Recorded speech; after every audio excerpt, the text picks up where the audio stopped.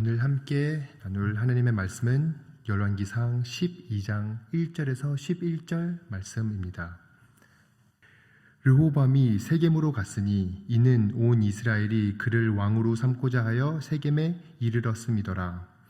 느밧의 아들 여호보암이 전에 솔로몬의 왕 얼굴을 피하여 애굽으로 도망가여 있었더니 이제 그 소문을 듣고 여전히 애굽에 있는 중에 무리가 사람을 보내 그를 불렀더라. 여로보암과 이스라엘의 온 회중이 와서 르호보암에게 말하여 이르되 왕이 아버지가 우리의 멍에를 무겁게 하였으나 왕은 이제 왕의 아버지가 우리에게 시킨 고역과 매운 무거운 멍에를 가볍게 하소서. 그리하시면 우리가 왕을 섬기겠나이다. 르호보암이 대답하되 갔다가 3일 후에 다시 내게로 오라 하매 백성이 가니라. 르호보암 영이 그를 아버지 솔로몬의 성전에 그 앞에 모셨던 노인들과 의논하여 이르되 너희는 어떻게 충고하여 이 백성에게 대답하게 하겠느냐. 대답하여 이르되 왕이 만일 오늘 이 백성을 섬기는 자가 되어 그들을 섬기고 좋은 말로 대답하여 이르시면 그들이 영원히 왕의 종이 되리이다 하나 왕이 노인의 자문을 것을 버리고 자기 앞에 모셔있는 자기와 함께 자라난 어린 사람들과 의논하여 이르되 너희는 어떻게 자문하여 이 백성에게 대답하게 하겠느냐. 백성이 내게 말하기를 왕의 아버지가 우리에게 매운 멍에를 가볍게 하라 하였느니라. 함께 자란 소년들이 왕께 아뢰어 이르되 이 백성들이 왕께 아뢰기를 왕의 부친이 우리 멍에를 무겁게 하였으나 왕은 우리를 위하여 가볍게 하라 하였은즉 왕은 대답하기를 내 새끼손가락이 내 아버지의 허리보다 굵으니 내 아버지께서 너희에게 무거운 멍에를 매게 하였으나 이제 나는 너희에게 멍에를 더욱 무겁게 할지라. 내 아버지는 채찍으로 너희를 징계하였으나 나는 정갈 채찍으로 너희를 징계하리라 하소서. 아멘. 네, 어저께 말씀으로 이제 솔로몬은 돌아갔고 솔로몬을 이어서 이제 왕권이 다시 재배치가 되고 있는 상황에서 우리는 솔로몬의 성경에서 나오는 유일한 아들, 이름으로 나오는 아들이 바로 이 르호보암이었습니다. 제가 이것을 항상 헷갈려 해서 영어로는 특히 레호보암, 제로보암 너무 비슷한 이름들이 있어서 제가 기억하기에 쉽게 솔로몬의 아들은 르호보암이고 나중에 제로보암은 이제 하나님이 심판을 하기 위해서 사용한 그 왕인데 그게 바로 제로보암 저스티스 이렇게 해서 기억을 하게 되는데 이 솔로몬이 700명의 아내와 그 300명의 그 커큐바인들이 있음에도 불구하고 아들이 성경에 한 명밖에 기록이 안 돼 있는데 그것도 바로 오늘날 보는 이 아들입니다. 이 아들이 세겜으로 갔으니 온 이스라엘이 그를 왕으로 삼고자 하여 세겜에 이르렀음이더라. 솔로몬은 구약시대에서 제일 지혜로운 자였습니다. 그렇지만 오늘 본문 말씀이 보여주고 있는 것은 아무리 세상의 부와 명예와 하나님이 주신 지혜가 있다고 할지라도 하나님을 벗어난 삶은 바로 이렇게 불행하고 헛된 삶이로구나 라는 것을 깨닫게 해주는 말씀입니다. 솔로몬이 전도서 2장 18절과 19절에 이렇게 기록하고 있습니다. 내가 해 아래에서 내가 한 모든 수고를 미워하였노니 이는 내 뒤를 이을 이에게 남겨주게 됨이라. 그 사람이 지혜자일지 우매자일지야 누가 알랴마는 내가 해 아래서 내 지혜를 다하여 수고한 모든 결과를 그가 다 관리하리니 이것도 헛되도다. 그렇습니다. 우리에게 아무리 많은 축복들이 있다고 할지라도 우리가 그 축복으로 인해 하나님으로부터 벗어난 삶을 살게 된다면 그것은 오히려 저주가 되고 그것은 오히려 헛된 삶이 될 것입니다. 솔로몬을 바라보았을 때 우리 또한 그런 실수를 하지 않도록 우리가 매순간 하나님 앞에 말씀에 나아가 하나님을 가까이 하시는 삶을 하시길 간절히 소망합니다.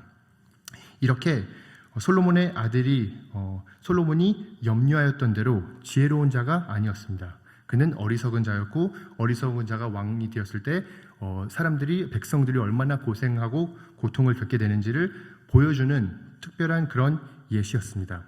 그래서 이 아들이 이제 하나님 앞에 나아갔을 때 백성들이 이 여로보암 앞에 나아갔을 때 이제 동시에 백성들이 르호보암 앞에 나아갔을 때 이제 여로보암도 함께 애굽에서 다시 돌아오게 됩니다. 여로보암은 솔로몬을 피해서 애굽으로 갔었습니다. 왜냐하면 선지자를 통해서 하나님이 이제 이스라엘을 12지파로 나눠서 10개의 지파를 이 여로보암에게 준다고 하였기에 이제 그 예언을 듣고 오히려 하나님의 말씀에 꾸짖음을 받은 것이 아니라 여로보암을 죽이려고 했습니다. 하나님의 뜻에 거역하려고 했습니다.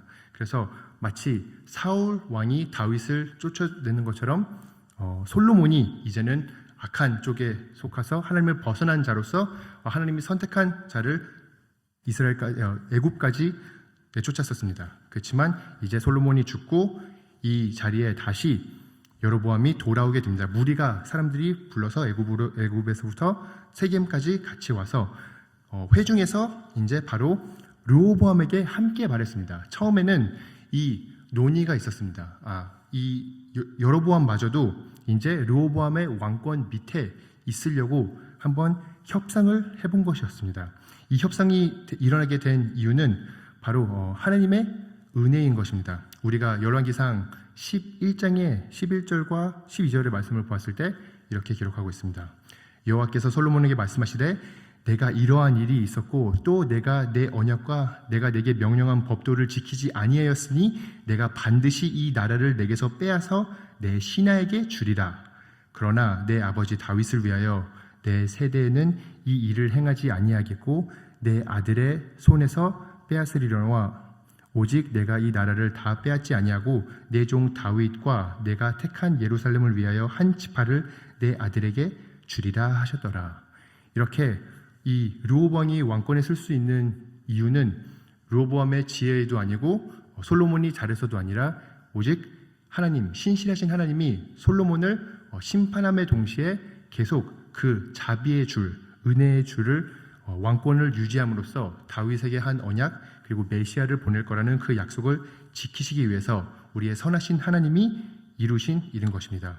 그래서 그 하나님의 뜻이 이 사람들이 얼마나 지혜롭지 못하고 악한 상황 속에서도 계속 이루어지는 것도 동시에 보여주고 있는 것입니다. 이렇게 우리는 하나님의 계획을 항상 신뢰를 할 수 있고 세상의 눈으로 바라봤을 때는 모든 것들이 다 이상하게 타락하는 쪽으로 떨어지고 있음에도 불구하고 하나님의 뜻은 계속 이루어진다는 것을 그 한 줄기의 빛을 보여주고 있는 것입니다. 이런 하나님을 바라보고 이 상황을 쳐다봤을 때 이제 르호보암은 첫 번째로는 지혜로워 보이는 행동을 하게 됩니다. 그가 백성들이 얘기하기로 4절에 보면 왕의 아버지가 우리의 멍에를 무겁게 하였으나 왕은 이제 왕의 아버지가 우리에게 시킨 고역과 매운 무거운 멍에를 가볍게 하소서 그리하면 우리가 왕을 섬기겠나이다 라고 백성이 직접 찾아와서 이런 부탁을 합니다. 우리가 아무리 솔로몬이 지혜로운 자였음에도 불구하고 그가 이제 점점 자기의 명예와 자기 자신을 위해서 살아갈 때는 백성들이 힘겨워했고 힘들어했었습니다. 그게 바로 그 멍에가 무겁게 하였으나 이 성전을 지은 다음에 계속 나머지 우상 숭배를 위해서 자기가 결혼할 때마다 새로운 우상신들을 섬기고 백성들이 그 많은 돈을 다 세금으로 갖고 왔더니 이제 무리가 되는 것을 그거를 해소해달라고 부탁을 하고 있어서 두 가지의 부탁을 하는 것입니다. 우리에게 시킨 고역과 그러니까 사람들을 다 고용해서 자기들이 하나님 나라를 위해서가 아니라 자기 왕권을 위해서 사용하는 것과 무거운 멍에 이것이 바로 이제 세금이라고 볼 수 있는데 이 두 가지를 가볍게 해달라고 부탁을 합니다. 여기서 아이러니한 것은 바로 사무엘에게 왕을 원한다고 했을 때 사무엘상 8장에 나오는 바로 왕이 생겼을 때 있을 이런 안 좋은 결과들이 바로 여기서 불평하고 있는 그 결과인데 여기서 조금 더 안타까운 것은 우리는 분명히 솔로몬이 왜 이 타락을 하게 되었고 하나님을 벗어났기에 우상 숭배를 계속 해왔기에 나라가 이렇게 이 상황까지 온 것인데도 불구하고 백성들은 그거에 대한 영적 눈이 전혀 깨어있지 않습니다. 그들은 이 우상 숭배하는 것을 다 파괴하고 다시 하나님 앞에 나아가자 이렇게 하는 사람이 한 명도 없고 온 백성들이 한 마음으로 그냥 우리의 무게만 좀 더 가볍게 해달라라는 부탁을 했을 때, 이게 이스라엘의 영적 상태이구나. 무엇이 중요한지를 모르고 그냥 자기네들의 어려움만 해소해야겠다는 그런 심정으로 이 새로운 왕 앞에 나오는구나 라는 걸 볼 수 있습니다. 이 부탁을 들었을 때 르호보암은 지혜롭게 한 게 있다면 바로 직접 대답을 하지 않고 3일 후에 다시 내게로 오라고 하는 거였습니다. 우리가 잠언에서도 보면은 15장 22절에 의논이 없으면 경영이 무너지고 지략이 많으면 경영이 성립하느니라, 이렇게 하나님의 지혜 가운데 우리에게 알려주고 있고, 우리가 살고 있는 세상이 너무나도 빨리 내 의견과 내 입장을 얘기하고자 하는 그런 성향이 있는 상황에서 살고 있는데, 우리가 이 하나님의 말씀을 통해서 지혜로운 것은 때로는 우리가 입을 다물고 기도를 하고 조언을 받는 것이 지혜로운 것이구나. 내가 바로 그냥 안다고 해서, 내가 생각하는 게 있다고 해서 그것을 내뱉는 것이 아니라 오히려 신중하게 더 집중을 하고 기도를 해서 대답을 찾는 것이 더 바람직하구나라는 걸 볼 수 있습니다. 그렇지만 물론 르호보암은 그런 의도로 이 3일을 부탁한 것이 아니었습니다. 그는 조언은 받았지만 그의 마음은 이미 정해져 있었습니다.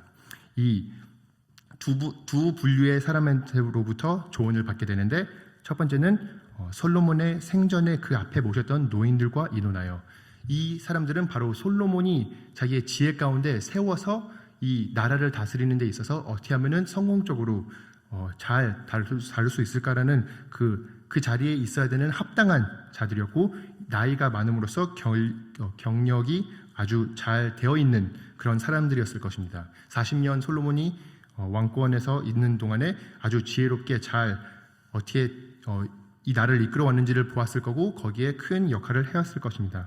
그래서 그들은 이렇게 대답합니다. 왕이 만일 오늘 이 백성을 섬기는 자가 되어 그들을 섬기고 좋은 말로 답하여 이르면 그들이 영원히 왕의 종이 되리라. 바로 되게 지혜롭게 말을 설득력 있게 합니다. 오늘 하루만 그들을 섬기는 자가 되십시오. 오늘 하루만 그들에게 좋은 말로 대답하십시오.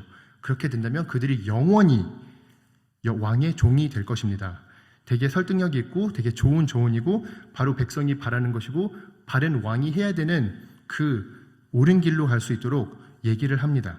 그렇지만 왕은 노인들의 자문하는 것을 버리고, 그는 더 젊은 친구들이 있었는데 그 젊은 친구들의 조언을 받기 전에 미리 그 마음을 접었습니다. 여기서 버렸다고 하는데, 그 질문 자체에서도 영어로 보면은 이 차이가 있습니다. 그 많은 솔로몬의 생전에 있었던 그 노인들 앞에서 한 질문과 자기의 친구들 앞에서 한 질문의 차이가 한국어로는 드러나지 않는데, 영어에서는 How do you advise me to answer these people? 이 사람들을 내가 어떻게 대답하기를 원하느냐라고 물어보는데, 자기 친구들한테는 What do you advise that we answer these people?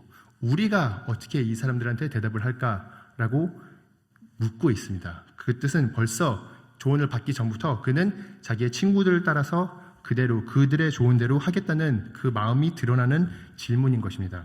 이렇게 우리도 주의해야 될 것은, 우리가 누구에게 어려운 결정을 내리기 전에 우리가 기도해 보겠다고 시간을 달라고 얘기해 놓고선 우리의 마음속에는 이미 우리의 답이 정해져 있진 않는지, 우리가 진짜로 그 시간을 사용해서 하나님 앞에 아뢰고 우리가 조언을 받을 만한 그런 하나님이 지혜를 갖고 있는 자 앞에 나아가서 그것을 문의하고 결정을 내리는 것이 바로 옳은 바람직한 그런 모습인데, 우리 또한 이런 실수를 범하고 있지 않았는지 점검하시는 시간이 되시길 간절히 소망합니다. 이렇게 이 지혜로워 보이지만 결론적으로는 자기 마음이 이미 결정을 내려 있고, 이 지혜로운 자들의 그 조언을 받는 것이 아니라 오히려 자기의 친구들의 조언을 받음으로써 아주 큰 실수를 하게 되는 르호보암의 모습을 보게 됩니다.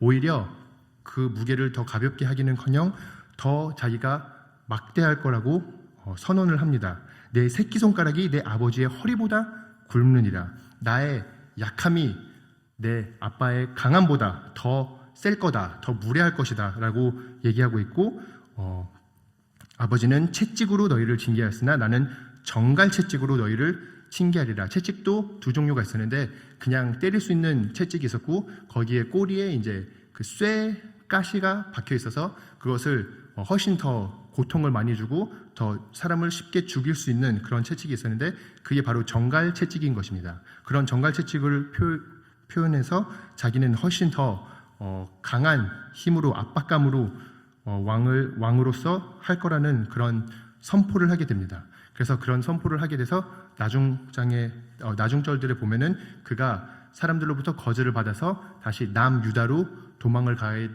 되고, 그래서 이스라엘이 이제 북이스라엘과 남유다로 갈리게 되는 장면들을 내일 말씀을 통해서 보게 될 텐데, 이 말씀을 보았을 때 어리석은 자의 결말이 바로 자기가 지혜롭지 못한 행동을 하고 또한 그 백성들이 그 고통의 결과를 맛보게 되는구나라는 걸 깨달을 수 있으면서, 우리 또한 우리가 하는 결정들이 하나님 앞에서 바른 결정들인지, 하나님의 말씀을 토대로 바른 조언을 토대로 나오는 결정들인지, 아니면 우리의 죄 가운데 우리의 고집 가운데 나는 결정들이 우리의 이웃을 더 피해자가 되게끔 만드는 그런 악한 결정인지를 잘 점검하시고, 우리가 묵상해야 될 것은 우리의 왕이 누구인지를 다시 한번 감사할 수 있는 기회가 되어야 되는 것입니다.